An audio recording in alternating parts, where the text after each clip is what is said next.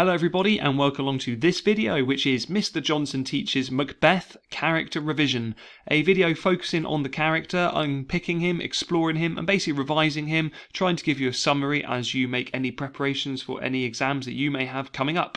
As always with my videos, what you'll need to do is be ready to pause this video to make notes for your own revision, take it at your own time, re-watch bits, and ultimately just make sure you're actively revising rather than just watching and listening to me. The best thing you can do is actually be doing something at the same time linked to your revision.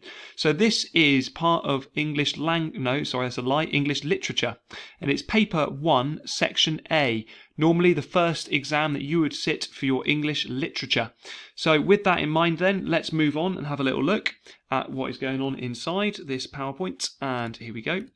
So a quick summary then for you. Who is Macbeth? So in a very much a nutshell, he is a brave soldier fighting for King Duncan's Scottish army. That is him as a character, maybe his profession if you like, what he does. He is given a title at the beginning of the play. He is the Thane of Glamis. So as it says there, it's a nobleman with responsibility to the king, would look after a part of Scotland. Glamis is a place in Scotland.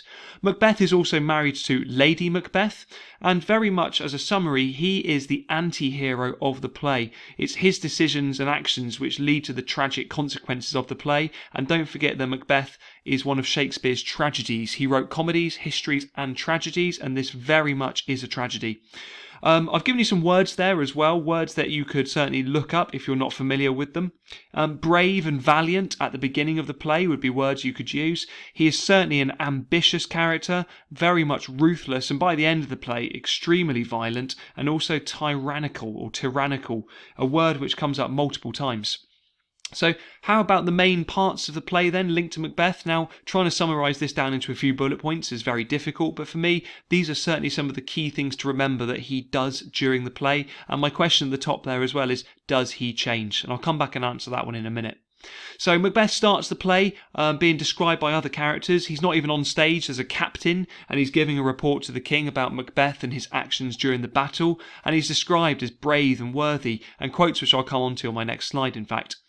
After, however, a chance meeting with witches on his way back from the battle with his best friend Banquo, who's also a noble soldier, Macbeth meets these witches. They make predictions about his future which intrigue him, and Macbeth goes on to share their prophecies of the future with his wife, and it's she who encourages him to go on and kill the king. Now, he does murder King Duncan when Duncan comes to stay in Macbeth's castle, and Macbeth also murders his guards, Duncan's guards, in order to cover up the crime. Macbeth then goes on to become the king in place of Duncan after King Duncan's sons flee the country and run away, so they would have been the natural heirs, but instead there's no one left. Macbeth becomes king. He also arranges there, though, for the murder of Banquo, his best friend, and also Banquo's son Fleance. Now that's because Banquo heard the witches' predictions. He was there at the same time, so already is suspicious of Macbeth, but the witches also predicted that Fleance would one day become king. They said to Banquo that he would get kings, meaning that one day some of his family would be. So Macbeth arranges for the murder of Banquo and Fleance. That ultimately fails, but Banquo is killed, and then he sees Banquo's ghost during a banquet scene when he's holding an enormous feast in honour of King Duncan, and he shows himself up very much in front of his friends, and then he goes to the witches again to try and find out further predictions. He's worried, he doesn't know what to do next, and he decides that he'll go and see the witches again. Following these second set of predictions, one of them leads him to believe that Macduff is a threat, and Macduff is another Thane who doesn't trust Macbeth, so he has Macduff's wife and family murdered. One of the most tragic acts in the whole play, I would say, perhaps. At the end of the play, Macbeth is killed and also beheaded by Macduff, because the witches made a prediction that no man born of woman could harm him, but of course Macduff was born by caesarean, so technically not born of woman. He is able to kill Macbeth at the end, and I've made a final bullet point there. It's Macbeth's hubris and his ambition which drive him to commit these more and more dangerous, evil and twisted actions. I put a whole video together on hubris, so if that's something you're not completely familiar with, then I'd say check it out on my channel for more information. So does he change during the play? Well, absolutely yes. At the beginning, he's a brave and loyal soldier, loyal to the king.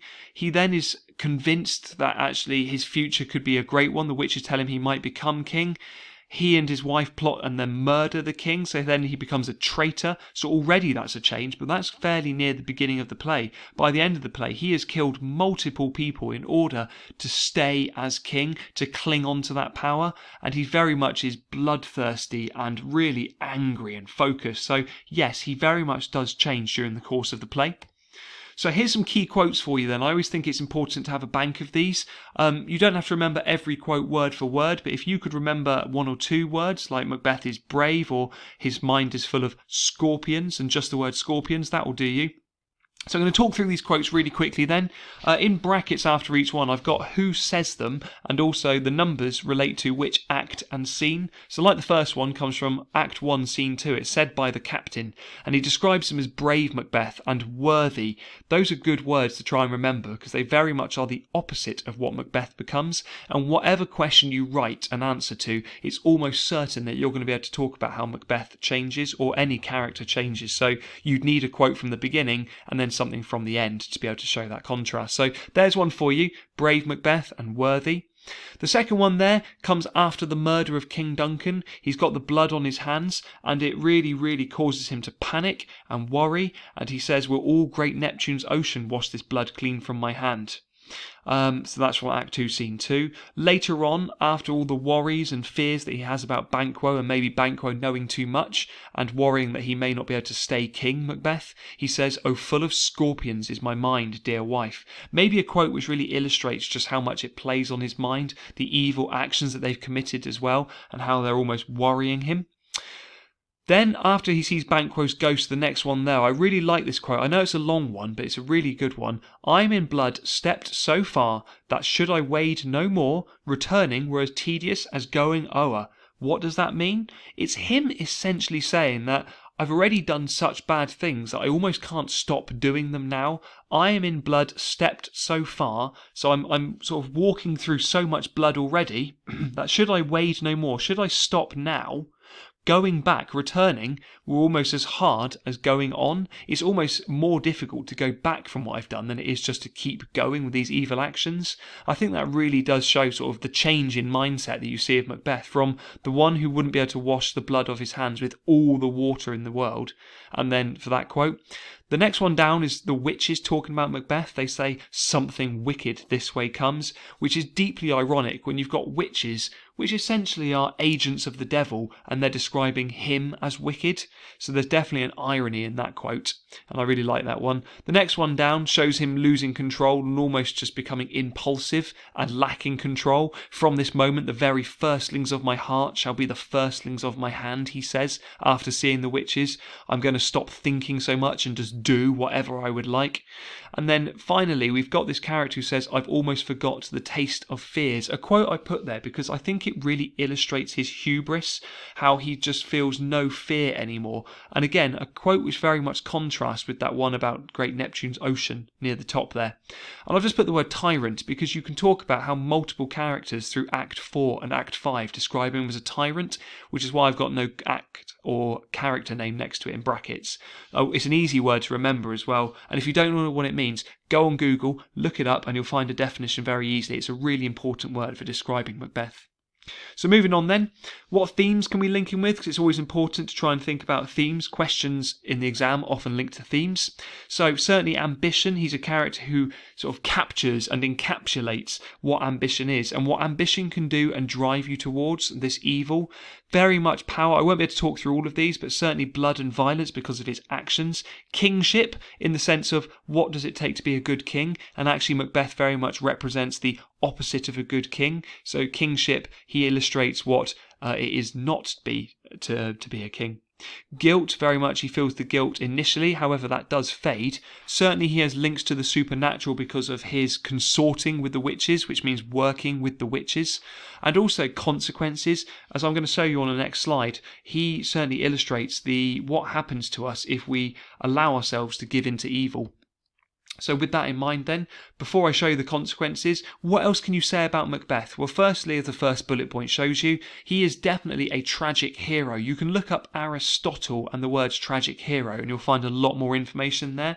It's certainly a classic thing from Greek tragedies, which Macbeth is a play which links to that.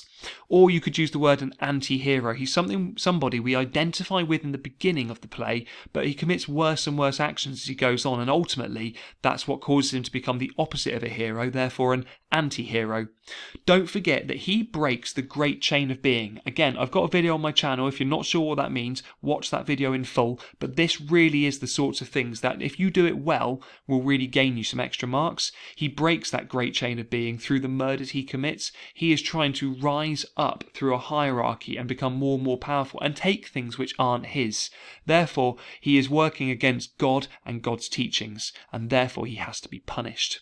Third bullet point down, I've put that his hubris is fed by the witches, but also his own ambition drives him on, and that's his hamartia ultimately, or his downfall, is his hubris and what he believes he should have, and just keeps going and going with the murders. Last bullet point there as well, through Macbeth we learn that actually all of us can be corrupted by ambition, that no one of us is perfect. Even if a hero and somebody as loyal and good as Macbeth can go on to become a murderer, that shows that any one of us has this potential as well for committing bad deeds. Now finally, here's a slide which you definitely would want to pause. I'm not going to read through all of these, but there are multiple consequences. So like that message I gave you a minute ago, what do we learn by watching this play and seeing this character? Well, look at all of the things which happens to him during the course of this play. Those are punishments for him for breaking the chain of being and trying to take what is not rightfully his. So definitely one to pause and go back to and explore a little bit. And again, trying to drop these ideas into any answers that you write. This is what we are shown. So some possible exam questions, including formal ones as well. So the first two in brackets show you either a sample question, so Sam 1 there, or also you've got the one from June 2019. So the questions are always such that they say something like, starting with this speech, and I haven't been able to put all of that on the screen there, but it was a bit from Act 1, Scene 2, with the captain talking about brave Macbeth. Explore how Shakespeare presents Macbeth as a violent character. Now you could say actually he doesn't present him as a violent character, in the beginning certainly, although he is violent but also for good reasons and for good causes, but by the end he becomes like a vicious killer who's murdering to keep himself in power. There's other questions there as well, but ultimately you're looking pretty much at the change in this character and how he moves from being brave and worthy at the beginning to somebody who loses control and is impulsive by the end. So this next slide is my final one. Some quick recap questions that you could have a try with, just to check your understanding of this video. But ultimately, that's where I'm going to end it today. I'm going to say thank you very much for watching. Of course, I always say this, but do check out any of the other videos.